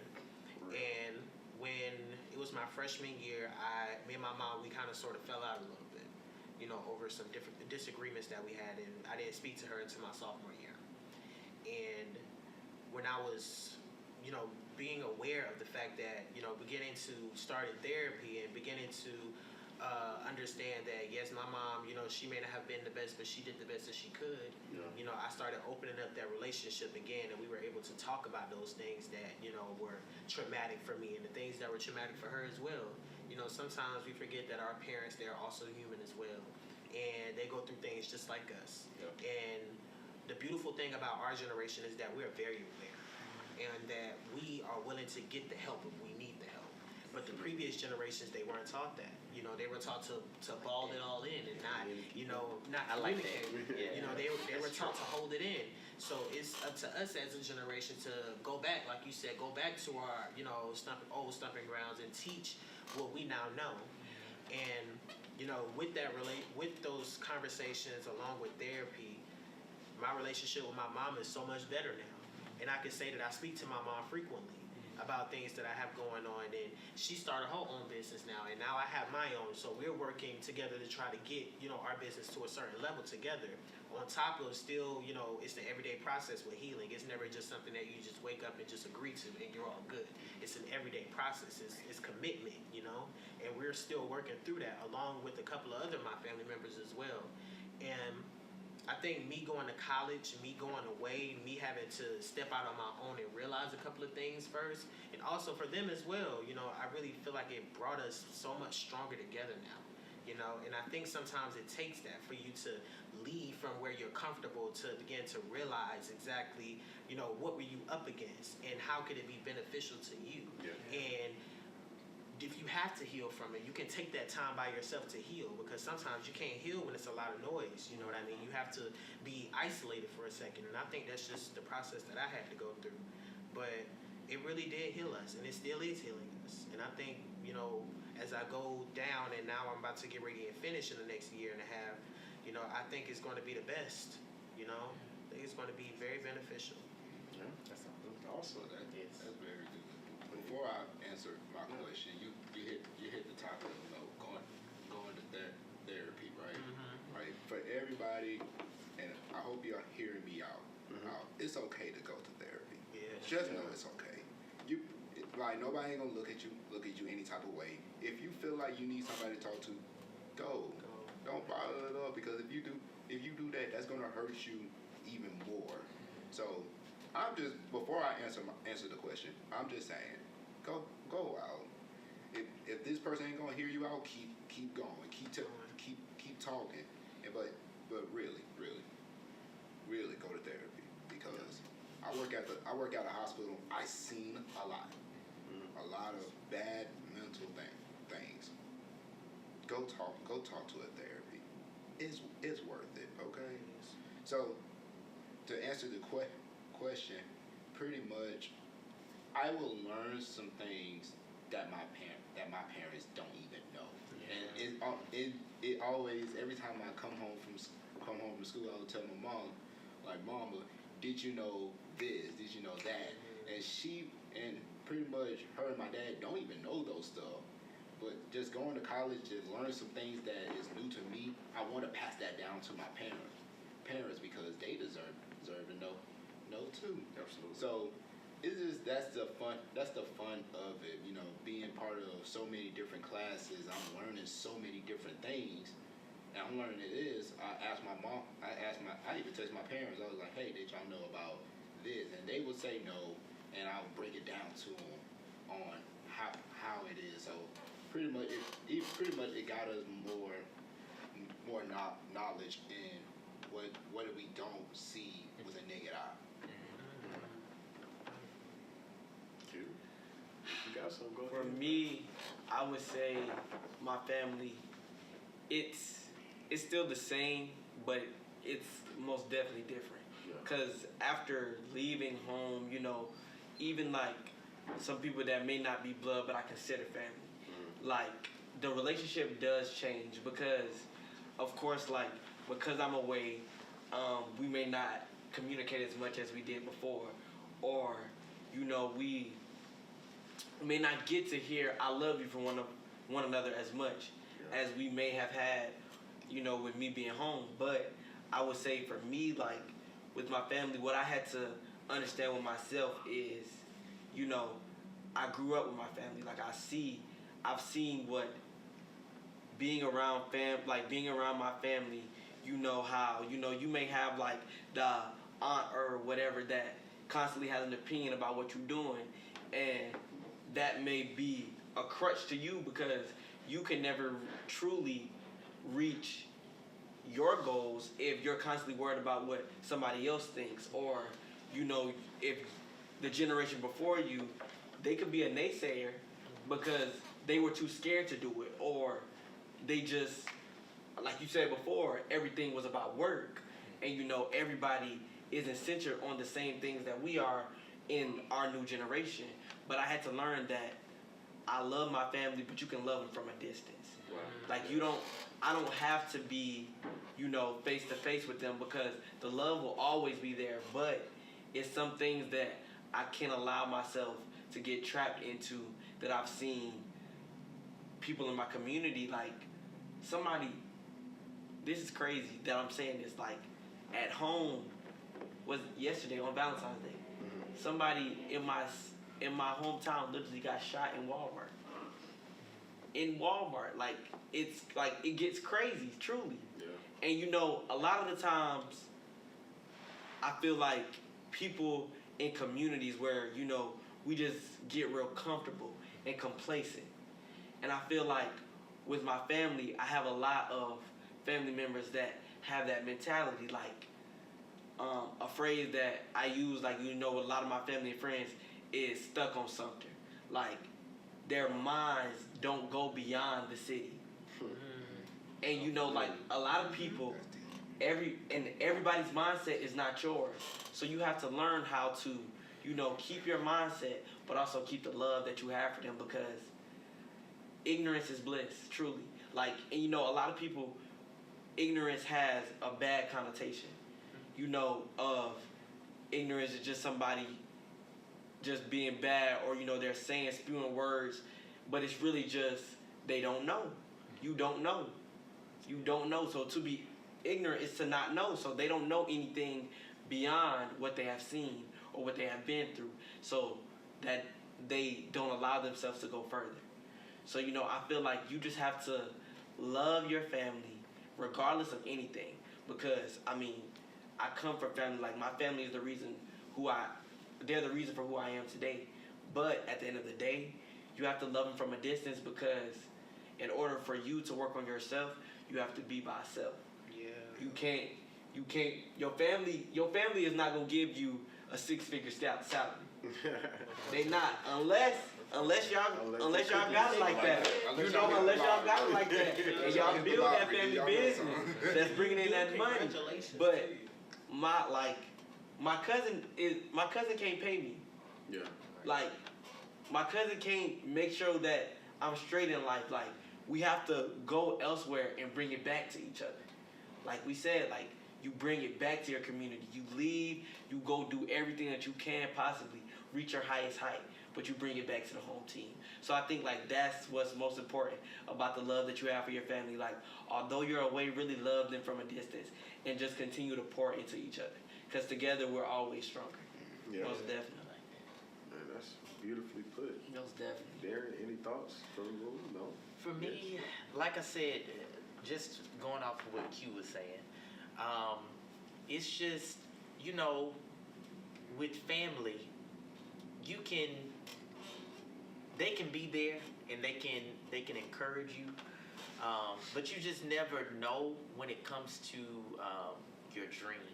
Yeah. I think that's really big, because being a dreamer, because I am a dreamer, it's just sometimes they can't always see your dream, because your dream is your dream. Yeah. And it's that understanding, and sometimes it's that disconnect. That's with family, friends. That's just in general, though, you know. So you can't expect them to see what you see, because the vision and the dream was given to you, wasn't given to anybody else. Yeah. So it's up to you what you do with it, and have understanding, because just as you were saying, they haven't saw the other side of it. So sometimes when you are a dreamer and you are stepping out on faith, sometimes family and friends, they're not going to get it. But that's okay. That's the part of knowing that, hey, I'm trusting in me. Like we were talking in the car about believing in yourself. So when you have belief in yourself and you know that you set a goal and that you're going to get to it eventually, then you just have to hold on to that dream, and eventually it'll come to pass. Yeah. Dang, man, I gotta touch on what you said. So, you said being a dreamer, and then, you know, it's meant for you. Yeah. I think the best story I can put into analogy is Noah's Ark. No one believed him. God told him, it's coming, just prepare and be ready. That's good. Like, you know, that's part of being a dreamer. Like, this right here was a dream. That's right. I didn't obey God at first, you know what I'm saying? But I had to step out there and like, bro, I got to do it. Right. You know, if nobody else see it, I see it, and like you said, find a way to make one. It's gonna happen. Yeah. So that's the best analogy I can put, because Noah, God gave it to him And what he did was he set up shop so it could be prepared for when it comes. And he kept trying to tell the people. That's like us trying to tell our family, like, yeah, this right here, this. And they not believing. And then when it happened, oh, let me hold $5. You know, that's how it goes. Like, Yeah. but It's unfortunate. you have to really trust in the Lord. You do. For real. You do. Because like being a dreamer and being a big dreamer is hard. It is. Because nobody else is gonna understand your vision. Nobody's gonna understand your passion. Nobody else is gonna understand your drive, but you. Because that's the fire that God put in you. So Come on now. you have to be, how should I say this? You have to be steadfast. Yes. You know what I'm saying? And you got to be planted for real in the word and understand like, okay, I'm gonna move when God say move. I don't care who like it and who don't. Yeah. Yeah. So Darren, that was great, man. You spoke to me with that one, brother. That was a good one. So I'm gonna get into the topics of having a mentor and what that really means during your college experience. Because I know for me, I have a lot. Okay, I have mentors, I have sponsors. Then you gotta have a peer mentor. Kind of accountability partner. That's kind of how we like to dress it up, but that's what it is. It's a peer mentor. So it's somebody that's in like the same position as you, but they kind of like, so that's like, for me, that'll be a senior. Or somebody that just graduated. You see what I'm saying? Somebody that's close in relation. And then your sponsors, of course, somebody that sponsors you when you're not in the room. They speak well of you, speak high of you. Then, of course, you got your mentors, one that you talk to every day. I know for me, coming to Clark, Atlanta, my first real mentor is Dr. Stacy Robinson. Even though we didn't talk every day, but having those workshops and those check-ins meant a lot. Like I said, that man was sent by God for real. Like he truly has a heart for people. And like I said, that's that fire that God put in him. So I appreciate him as a mentor through and through everything. No matter what you do, no matter if you miss a couple of meetings or whatever, he still cares for you. You still care about what you going on. You doing all right. And that doing all right go a long way in college. Folks don't know that. It go a long way because you have things that happen. You got family members that may pass, go in the hospital, or you got stuff going on that you don't know how to deal with. Because truly, we're still young. Right. We don't know how to handle all of this at one time. We can still go to college and still go to get them assignments done. And still handle professors. And, you know, it's a lot of things that we have to tackle. My other biggest mentor, Johnny Surrey. I can't ever not speak about mentors and not speak about Johnny Surrey. I know for me, coming through Kappa Alpha Psi by way of GK, Gamma Kappa chapter, the best chapter, the legendary chapter that is. We built a bond during my time where I was gonna go through membership training. And I just knew, I was like, oh yeah, this gonna be my dog. Like I could tell, like this gonna be my brother for real. Like not just in the sense of fraternity, but like real life. Like if you need something, call me, bro. Right. So Johnny has been great. He has taught me a lot of things. As far as like the suit thing, like of course my pops told me black, navy blue, gray. But as far as like putting it all together, coming together too. The three-piece suits really ain't my thing. You know, I like to wear the vest and tie collar today. But Johnny taught me how to, you know what I'm saying? Like, I know how bro do this or wear some loafers. And me and him would, you know, go back and forth with it. But he's generally like somebody I can talk to. And he's going to give me the correct advice. He's going to give me the best options. And he can point me to the people. If he can't do it, he's the type of mentor, I'm going to find somebody that can. Right. That going to help you. So, because ultimately he's somebody that wants to see young men succeed. And that's what you need, especially in this day and age and time, bro. Young black men to succeed, to believe that there is something more than just what we see every day. You know what I'm saying? But shout out to him. And then my last one for sure, Marcus Kendrick. Shout out to Mr. Kendrick. Mr. Kendrick. Hey, Marcus Kendrick is probably the most transparent, real, and kindest soul I've ever met. He truly believes in friendship is essential to the soul. If you caught that, then you caught it. But anyway, that's my guy. That's my guy through and through. I go to Panther Fit every day. Anybody that know me, I don't go a day without speaking to Kendrick, even if it's about life. And sometimes Kendrick will let you just rant. You be like, you done? No. Then he gonna give you the real, like, okay, bro, this is what you got to do. I understand where you coming from, but it's life. Because he's somebody that been through it. He's somebody that graduated from CAU. He's somebody that's working for CAU.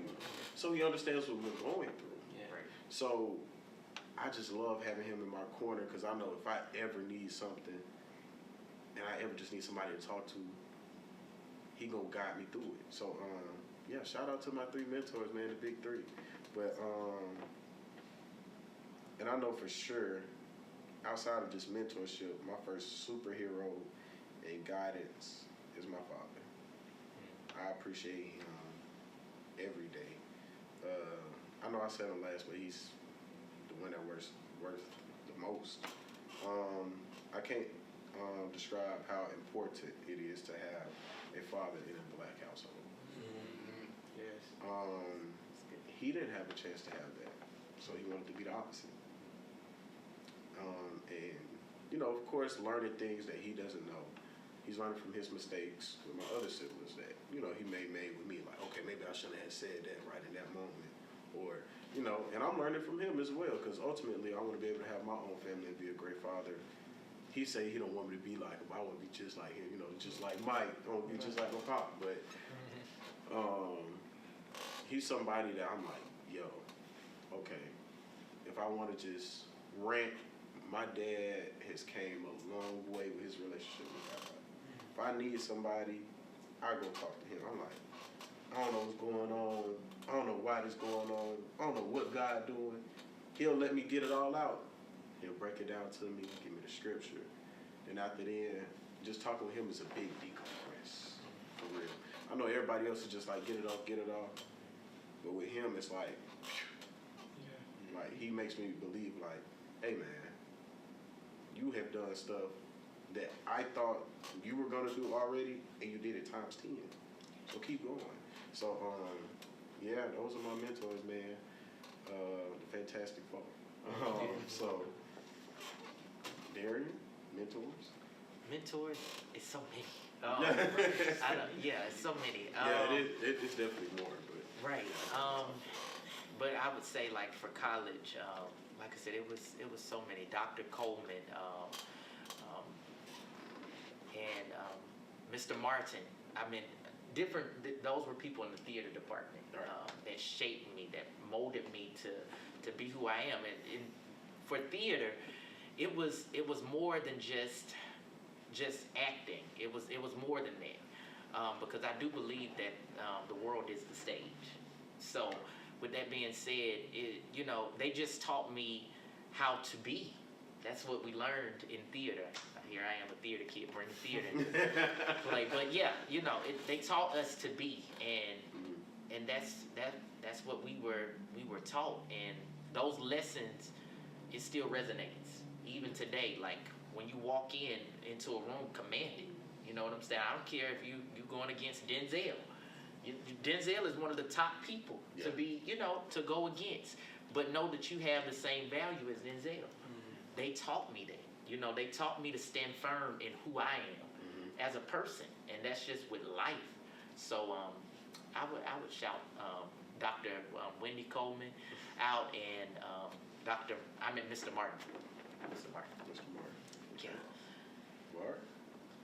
I've been in a lot of spaces, and in each and every space that I've been in, I've always had that one, or even just that handful that I can call my support, someone that can lead me to where I am destined to go. And when it comes to mentorship is powerful. Yeah. It is very powerful, and it is something that everyone should indulge in, regardless if you are pursuing theater or if you are, in a B school, or just anything. You should always find that one or that few that's going to pour whatever is needed in you to get to wherever it is you're trying to go. And when it comes to my mentor list, my God, it is long. I can't even think of. I can think, but I can't think, because it has been so many people, family, included, that has poured into me to make me into the man that I am today. I encourage everybody, wherever you are, find that one person, whether that's a peer. I'm sorry, I don't know why I say pure, but yes, pure. But find that one or that few that's going to pour into you, and in turn, when you are able, when you are in this space where you can pour right back into them, you do the same, because it goes back to our previous conversation about going and getting whatever you taking something and going back and fueling it to whoever it is that needs it. But when it comes to this list, it's YBLA, the Young Black Leadership Alliance, it's the Martins, it's the Reddings, it's my mom, it's Mr. Hill, we love Mr. Hill. Yes, and Miss Quinteria Woods as well, and it from Dr. Kimbrough, Dr. Hudson, Dr. Brown, Paul Brown, the list goes on and on. Dr. Rhodes, the list goes on and on and on. And I'm appreciative of every single person that I just named, even the people that I can't even think of right now because there's so many of them. I'm appreciative of every last one of y'all. And again, I encourage everybody, find that one. And when you find that one, keep them close, because you never know when you're going to need them or when they're going to need you. Yeah. Yeah. Oh man, it's same for you. Pretty much, my list is long. There's a lot of people that played a factor in my life for 24 years. But my mentor, I'm gonna go off the top, is Mr. T. Smith from Unite Incorporated, because he is. How can I put it in a good way about Mr. T. Smith? Because I've seen him on a good day, bad days, and a lot of days. That's real. Yeah. But he is one of the most realist mentors that you will ever come across on. Whatever you're going through, he's going to tell it to you how it is. The sky is not the limit. Yes. Mm-hmm. He will tell it straight up. He ain't going to try to be nice with it or none of that. He don't care. He do not care. He's going to tell you, hey, this is how it is. And my second mentor, is Coach Thornton. He's my track coach. God rest his soul. He passed away years ago. It really hurt me bad because he really believed in me when I first walked into LaFell High School. So him and Principal Turner, they seen the worth that I have in myself that I couldn't see because leaving one school, brought my spirit down, and so much so, and moving to another, and they seen that little bit of light, and they brought it up to its fullest. And also Mr. Baker, my IEP teacher, he took so much time out of his schedule to make sure that I'm okay on a personal level. Like he'll see me out in public, he'll immediately will come to me and give me a hug because that's really important to me to have, and especially in a teacher. And also my counselors, Mr. Kenny Gray, Mr. Carwell. They guided me through Southern Union for 2.5 years, and I thank them so much. And my biggest inspiration, my biggest mentor, of course, is my father, my dad. Yeah. Like, my dad, I always brag about my dad. I say he is a true one of a kind. He's an amazing father, an amazing pastor. Yes, everybody, I'm a pastor kid. So. So, an amazing pastor, amazing husband to my mother. He's teaching me things about life. Yeah. And not only that, he taught me God. He taught me the Bible. He taught me church. And it touched my heart, and I'm getting a little stuttering because I'm getting a little emotional about my dad. Like me, emotional too. My dad, he's amazing. I seen him on a lot of days. Yeah. Days he'd be sick, days that I couldn't do nothing about it but just be there for him. And I'm willing, and my dad, he's just been probably one of the most amazing human beings I ever met. And as much that we will have our disagreements, but I know he's going to be there regardless of what it is. Whenever I'm in trouble, he's there. Whenever I need something, he got it.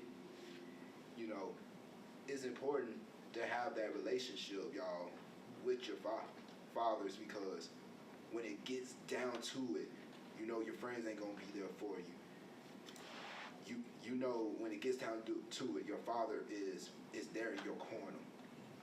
Regardless, when I was going to Southern Union in my last semester, he seen me stay up 24/7 at night studying for this math test.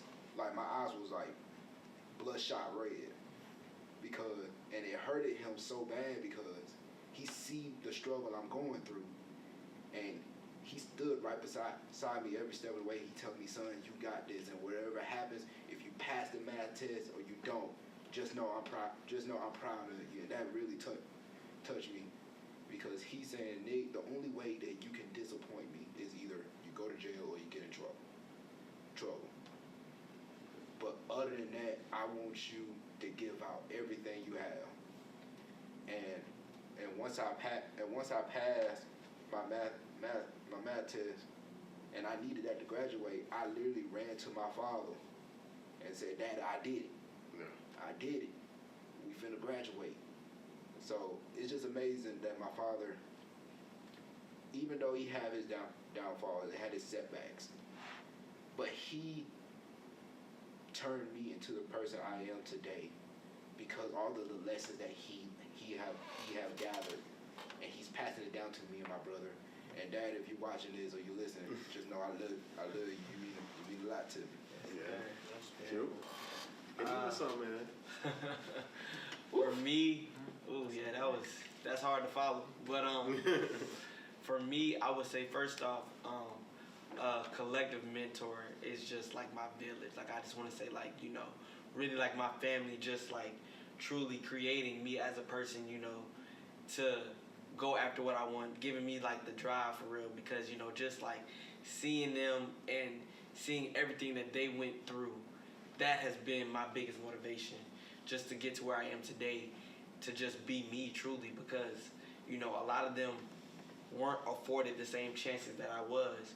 So, you know, just seeing that they can live through me, like we talked about earlier, is just motivating within itself. Like, that's truly them. Like, I can't really put it into many words, but first off, shout out to them just for being there and creating me and putting me in position to where I am today. But as it pertains to college, I have a few too, but just because, like, growing up, I always was somebody like the student in school who wanted to talk to the teachers. Like, I want to know what the people older than me talking about, because y'all got the knowledge. Like, y'all know what's going on for real. Like, I'm always I want to get to the bottom of it. Like, I want the real deal truth, what's going on. Don't sugarcoat nothing with me.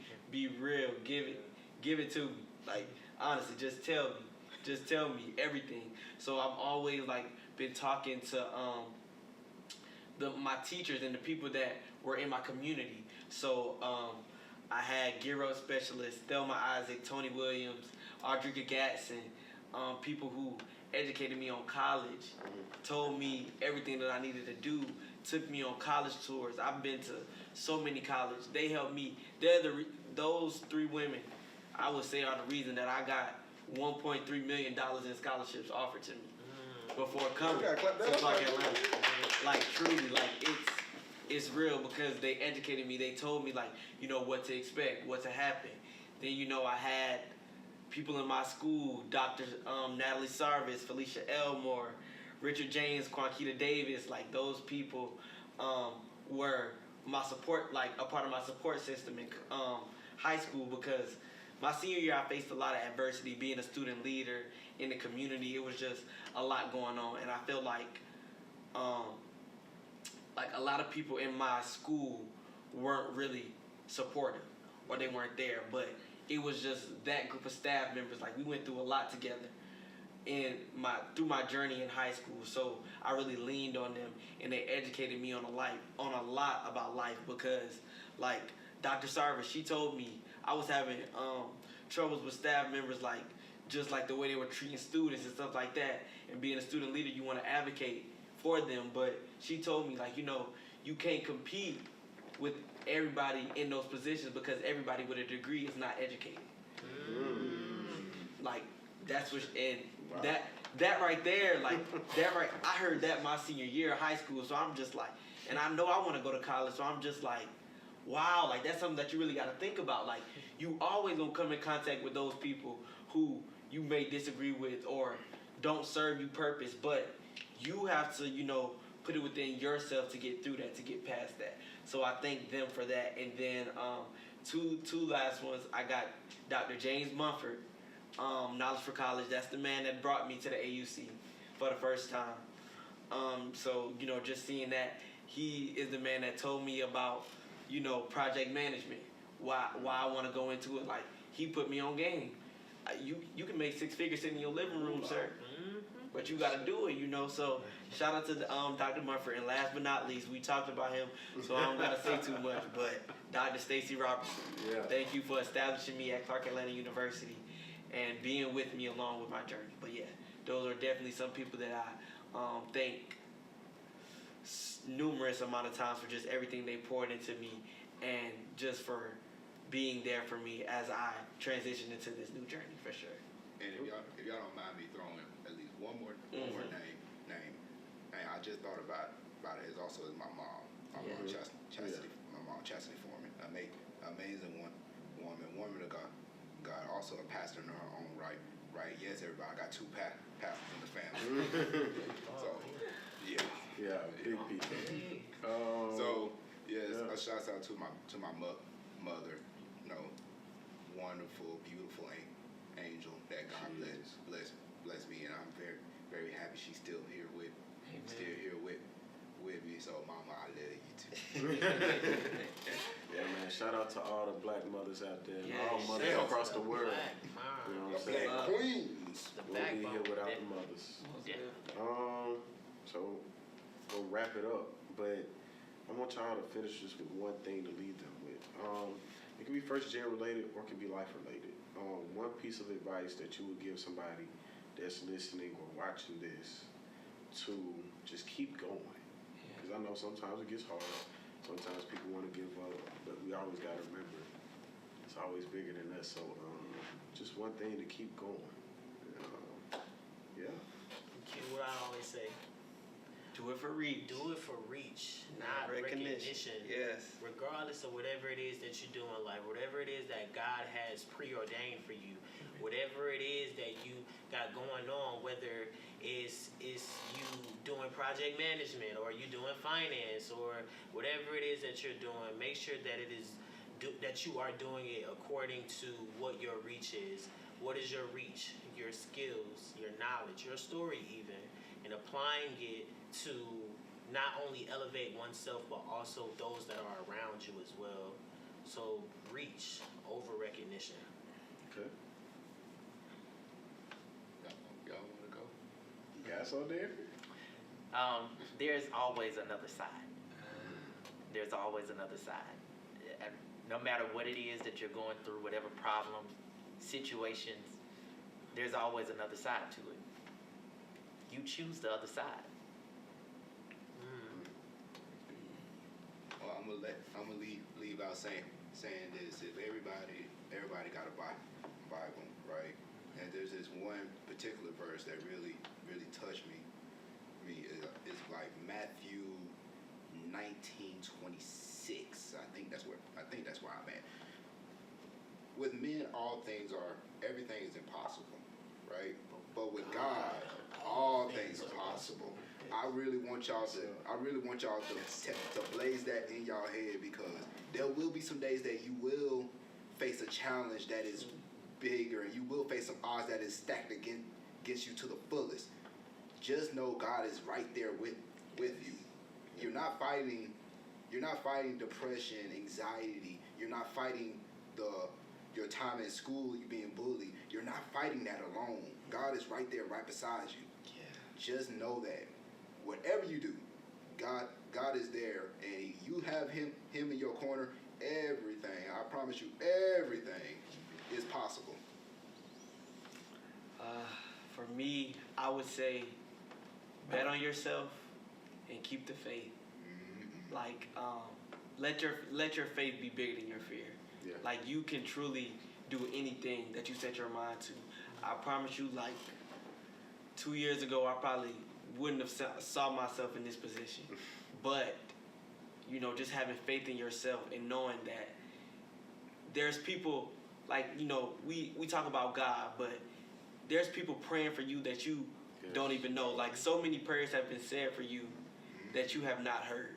So, you know, like, just keep the faith and keep going, because you never know if this time will be your moment. And honestly, whatever moment, whatever opportunities you are offered, take it. Take the chance, because you miss 100% of chances you don't take. Okay, So, cool. yeah.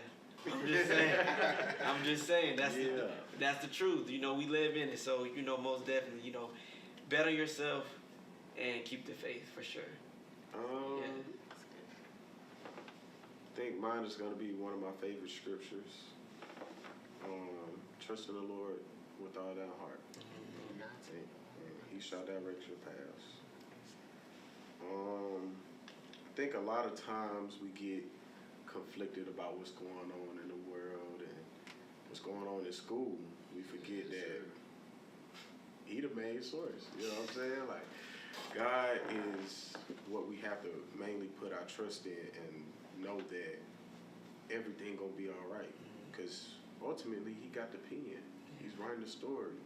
What you're going through is not for just any reason. It's for a purpose.